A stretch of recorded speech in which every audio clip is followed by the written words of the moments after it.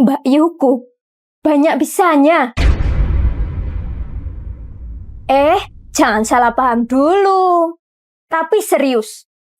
Dulu aku curiga Mbak Yuku punya ilmu hitam. Tapi sekarang ini aku yakin info valid A1. Mbak Yuku banyak bisanya.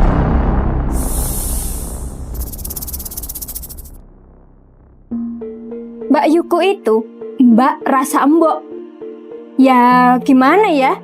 Selisih umur kami 18 tahun. Pas Mbak Lilin lulus SMA, aku baru lahir. Jadi dia ini tadinya anak ragil. Gagal ragil deh karena lahirnya aku. Mbak Yuku itu kayak role modelku. Bisa main teater, bisa nulis cerita dan puisi, jago ngonten, bikin vlog. Kalau baca keberitaan, suaranya syahdu.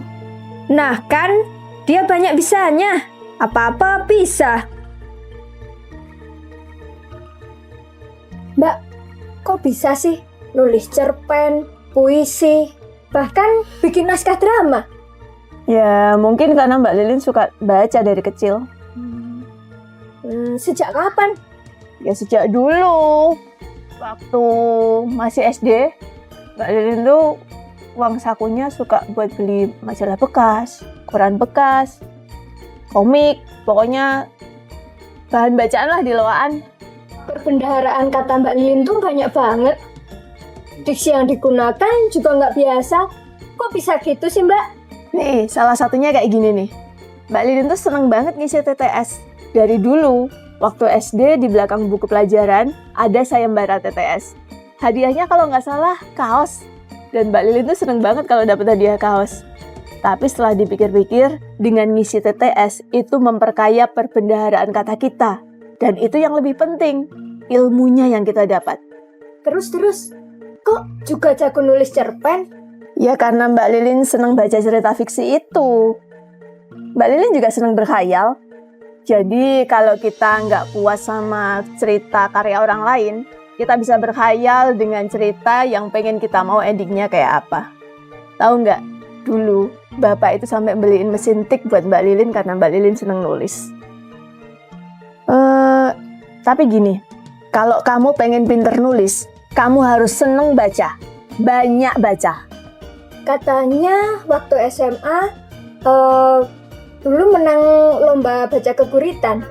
Terus keguritan sama cerkaknya juga dimuat di koran. Tapi Mbak Lilin kan bukan lulusan sastra Jawa. Nah ini, banyak hal yang bisa kita pelajari nggak harus dari bangku sekolah formal. Alhamdulillahnya, di keluarga kita itu dulu selalu pakai basa Kromo Inggil.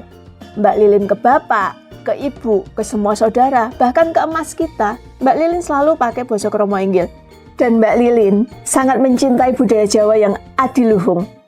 Ya meskipun bukan lulusan sastra Jawa, tapi budaya tentang Jawa, sastra Jawa, adat istiadat Jawa, Mbak Lilin pelajari dengan sungguh-sungguh. Katanya Mbak Lilin juga suka teater? Iya, waktu SMA Mbak Lilin mulai mengenal teater. Dan dari teater itu Mbak Lilin belajar membaca naskah, mempelajari karakter, bermain karakter, memerankan apa saja dan siapa saja harus bisa. Dan ini nih yang harus kamu ingat-ingat. Setiap berkarya, baik itu cerpen, drama, atau teater, Mbak Lilin pasti memasukkan pesan-pesan moral. Ini penting banget loh. Sekarang ini, tontonan banyak yang asal menghibur, tapi minim adab. Yang penting lucu, yang penting FYP, tapi merusak moral. Kita jangan begitu ya. Meskipun sedikit, harus ada pesan positif atau edukasi yang kita selipkan dalam karya kita. Apapun bentuk karya itu. Nah ini nih, yang paling bikin makin bingung. Kok Mbak Lilin banyak bisanya? Kamu pikir Mbak Lilin ular? Bukan. Maksudnya, kok serba bisa? Bisa nulis cerita, bisa merajut, bisa main drama, bisa edit video, bisa desain, bisa nge-MC, bisa bikin dan baca keguritan. Sampai kayaknya nggak ada yang Mbak Lilin nggak bisa. Ya, karena Mbak Lilin suka mempelajari hal-hal baru. Bisa dari baca buku, bisa dari internet, bisa tanya langsung ke ahlinya. Yang penting, jangan berhenti belajar. Nih, sekarang belajar jauh lebih mudah. Tidak harus membeli semua buku. Kita bisa memanfaatkan perpustakaan. Bisa juga baca buku digital. Yang penting, kita harus selalu mau belajar. Aku akhirnya tahu, Mbak Yuku bukan banyak bisanya, tapi banyak belajar. Literasi bukan membuat kita tahu segalanya, tetapi membuat kita tidak pernah berhenti belajar.